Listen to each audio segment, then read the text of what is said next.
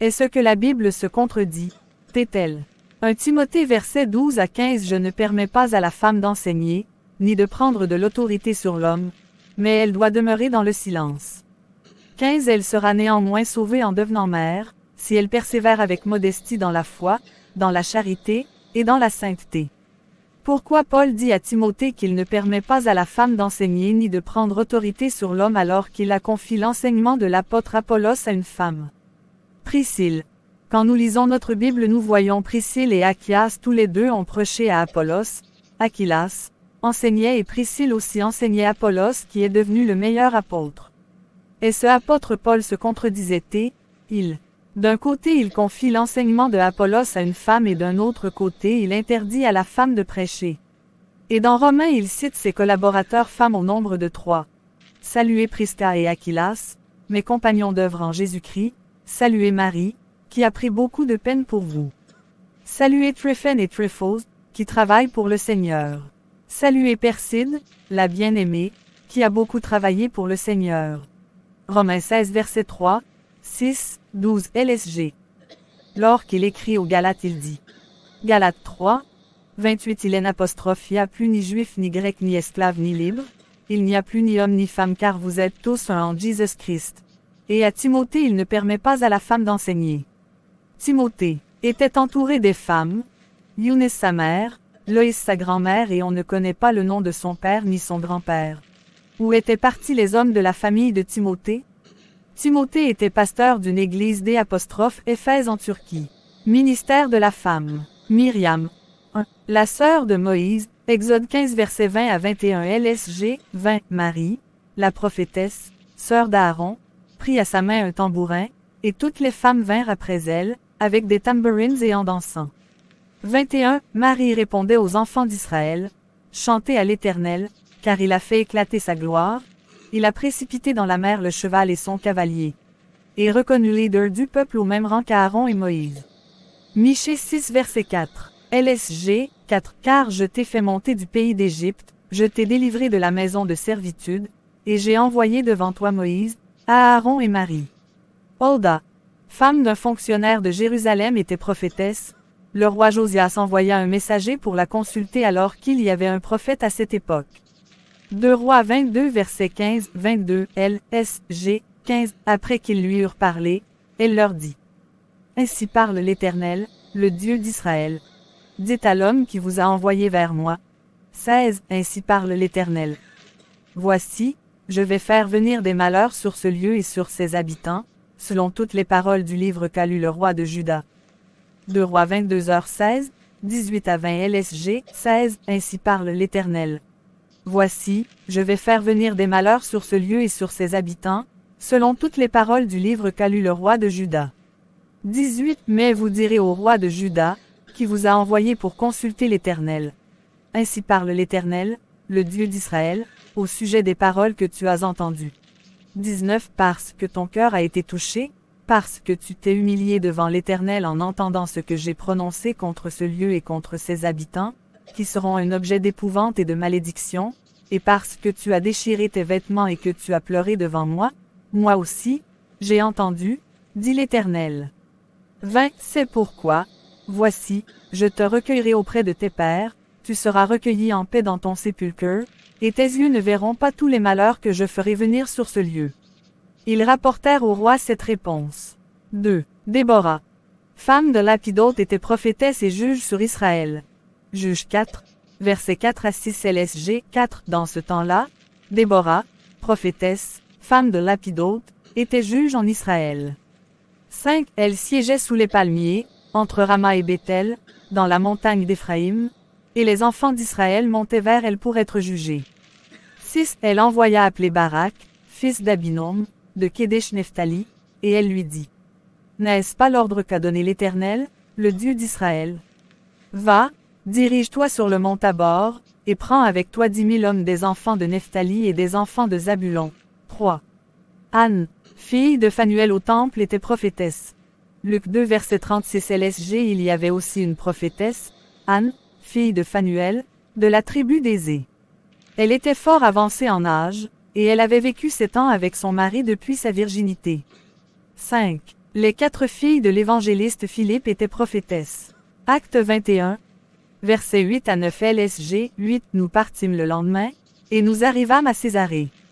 Étant entrés dans la maison de Philippe l'évangéliste, qui était l'un des 7, nous logeâmes chez lui. 9. Il avait 4 filles vierges qui prophétisaient. 6. Kyria.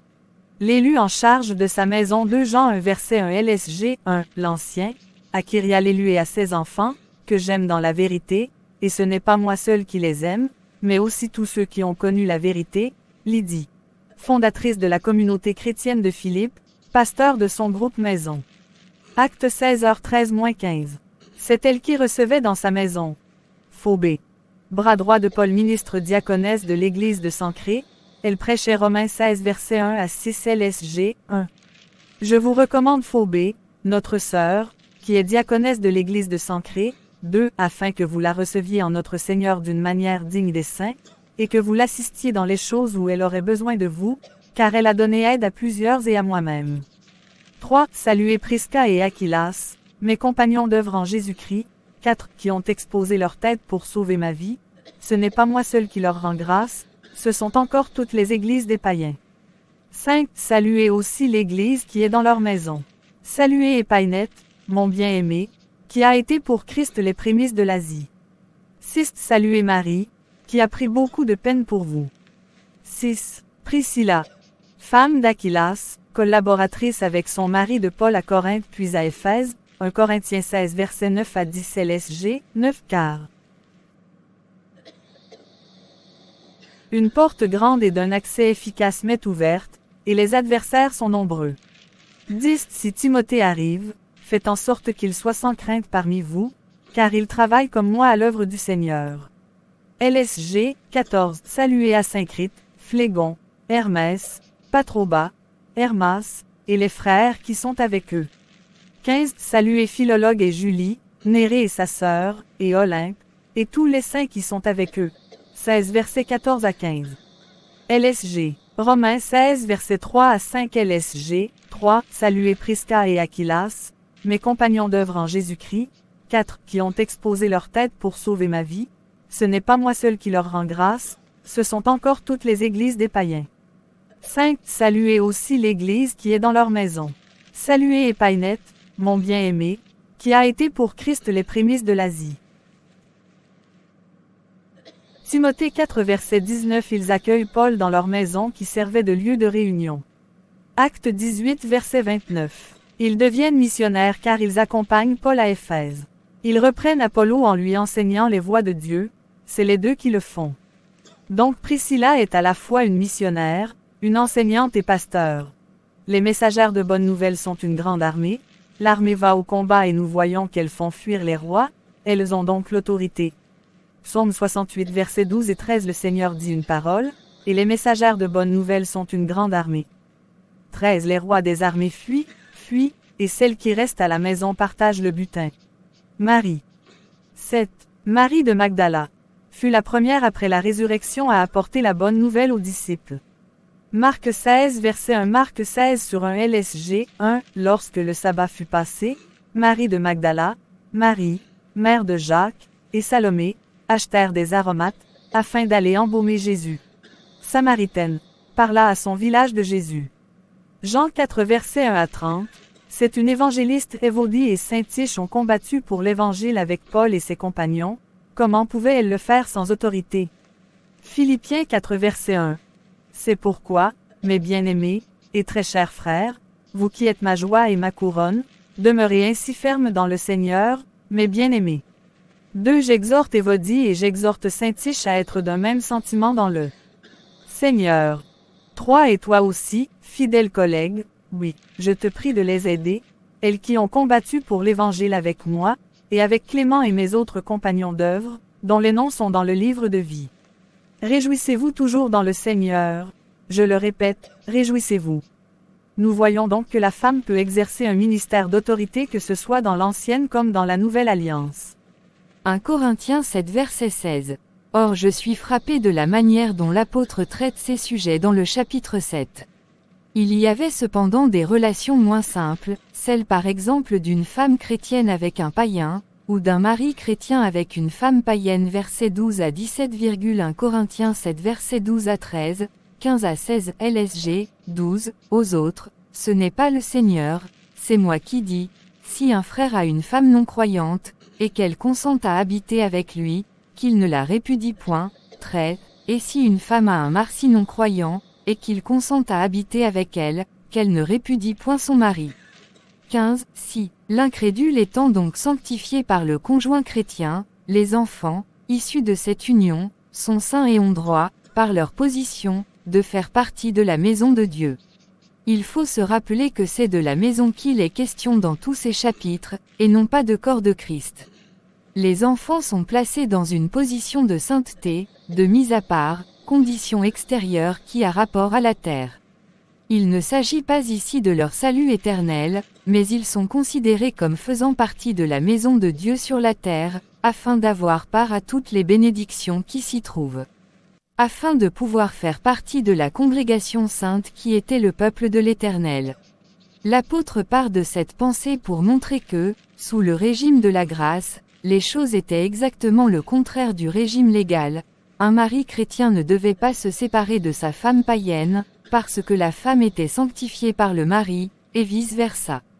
Il va sans dire, qu'en parlant de l'union d'un chrétien avec une personne du monde, l'apôtre ne pense pas un instant qu'il ait pu contracter une union pareille depuis sa conversion, mais suppose que la conversion de l'un ou de l'autre a eu lieu depuis le mariage et qu'il ne donne aucune liberté de s'allier à des personnes mondaines.